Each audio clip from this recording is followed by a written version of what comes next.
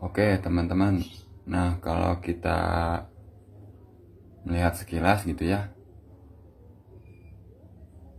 pergantian knalpot seharusnya tidak mengubah konsumsi bahan bakar secara drastis gitu, karena tampilan knalpot racing seperti ini itu yang dirubah kan cuma aliran gas buangnya aja, itu yang dari leher knalpot, chamber atau perut, lalu ke stinger, lalu mengalir ke silencer.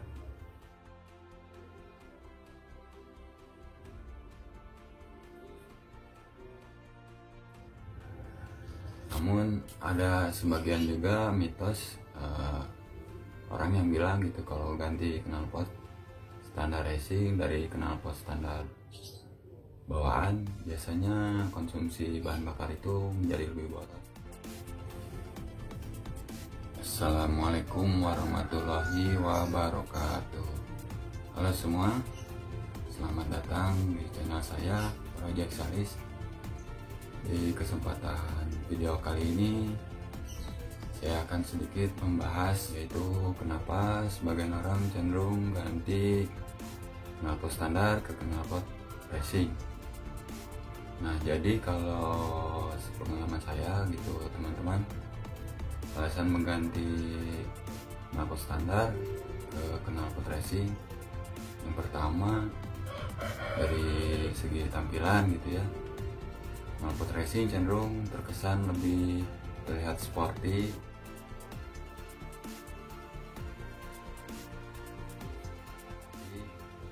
dan juga kalau untuk yang kedua, untuk menaikkan performa mesin khususnya gitu tenaga, yang alasan sebagian orang mengganti knalpot standar ke knalpot racing itu selain untuk segi tampilan supaya kendaraan lebih terlihat sporty, itu juga untuk menaikkan performa teman-teman.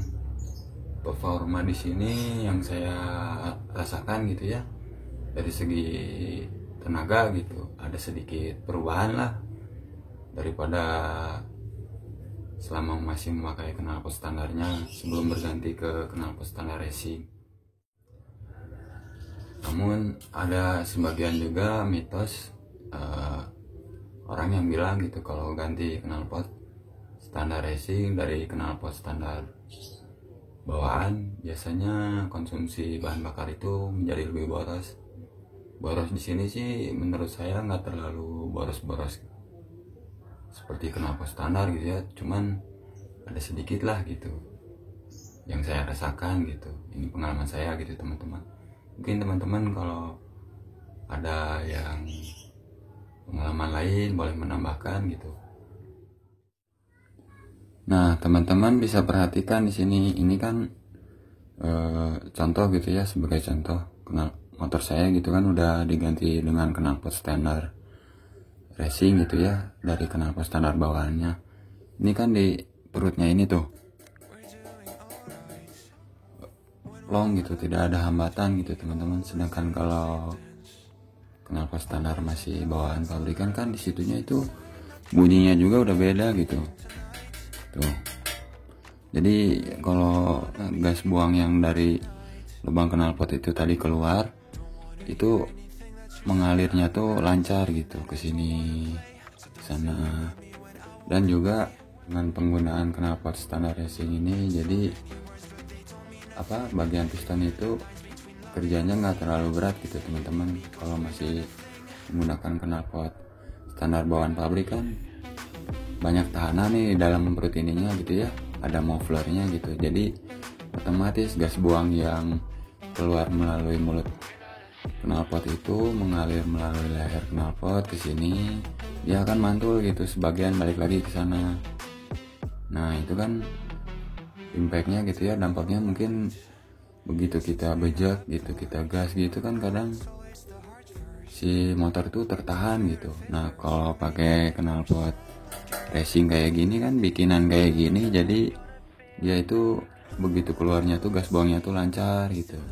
Nah, mungkin dari pengalaman saya gitu ya, sepengetahuan saya teman-teman, kenapa yang menjadi alasan saya mengganti knalpot standar ke knalpot racing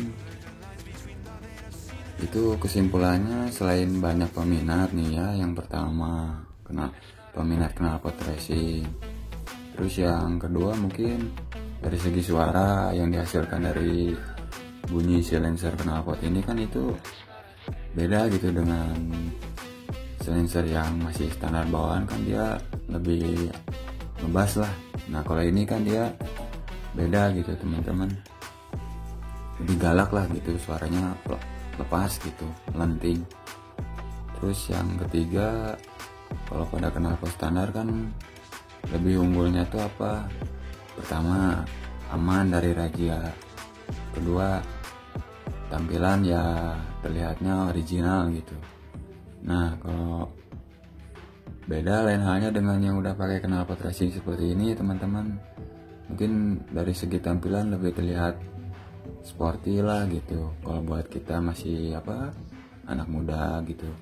Terus kalau untuk segi performa ya, misalkan meningkatkan performa motor gitu, mungkin lebih unggul yang knalpot racing ini, sebab ya balik ke pada penjelasan tadi gitu kan, gas buang yang dihasilkan dari pembakaran yang keluar dari lubang knalpot itu, dia itu mengalir ke leher knalpot, terus masuk melalui chamber. Nah di situ kan kalau knalpot racing tidak ada muffler atau tahanan, dia otomatis akan langsung lepas mengalir ke stinger ke sini, lalu ke sana ke silencer, dan akhirnya loss gitu gas buangnya. Oke teman-teman, nah kalau kita melihat sekilas gitu ya,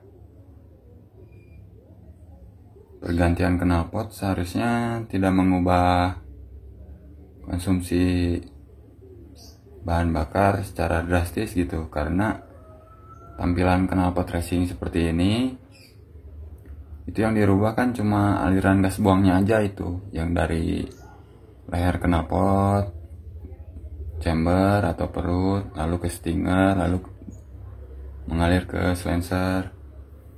Sedangkan knalpot standar itu kan biasanya di tengah-tengah perut itu ya ada ininya kataliser atau muffler gitu, dan jadi aliran gas dari lubang knalpot itu kan begitu dia mengalir melalui leher knalpot itu tadi masuk ke dalam chamber atau perut, itu kan di situ kalau knalpot standar ada tahanan gitu ya teman-teman, jadi seperti aliran gas buang itu akan tertahan gitu.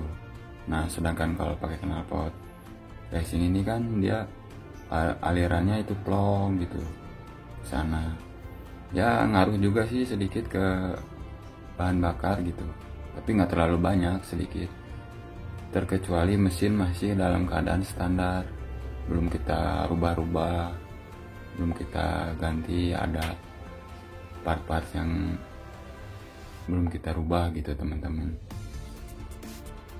Alasan lain yang mungkin kalau kita bedah juga, biasanya kalau knalpot standar itu ada orang yang ke bengkel las gitu ya, terus kita minta bobok ke tukang las, itu kan yang dibuang itu yang di dalam itunya teman-teman, dalam perut ini nih. Itu alangkah lebih baik ya kita sesuai anjuran lah gitu, lebih baik menggunakan knalpot standar daripada knalpot model gini. Pasti ada plus minusnya, ada kelemahan, ada kekurangan, ada kelebihan, ada kekurangannya teman-teman. Bisa teman-teman cek di video saya sebelumnya gitu, alasan kekurangan dan kelebihan pemakaian knalpot racing dengan knalpot yang masih bawaan. Boleh disimak di video saya, nanti ada, bisa teman-teman lihat lah gitu. Kita sharing-sharing aja teman-teman supaya bisa silaturahmi juga, mungkin nanti ketemu di jalan kita bisa main lah gitu ya sama-sama teman-teman. Mungkin cukup itu aja teman-teman topik dari pembahasan di video saya kali ini. Kurang lebihnya saya minta maaf bila ada yang mau menambahkan. Dari pengalaman teman-teman semua boleh tinggalkan di kolom komentar. Saya ucapkan terima kasih. Saya izin pamit undur diri dari hadapan teman-teman. Sampai jumpa di video saya selanjutnya. Assalamualaikum warahmatullahi wabarakatuh. Salam buat teman-teman. That's all.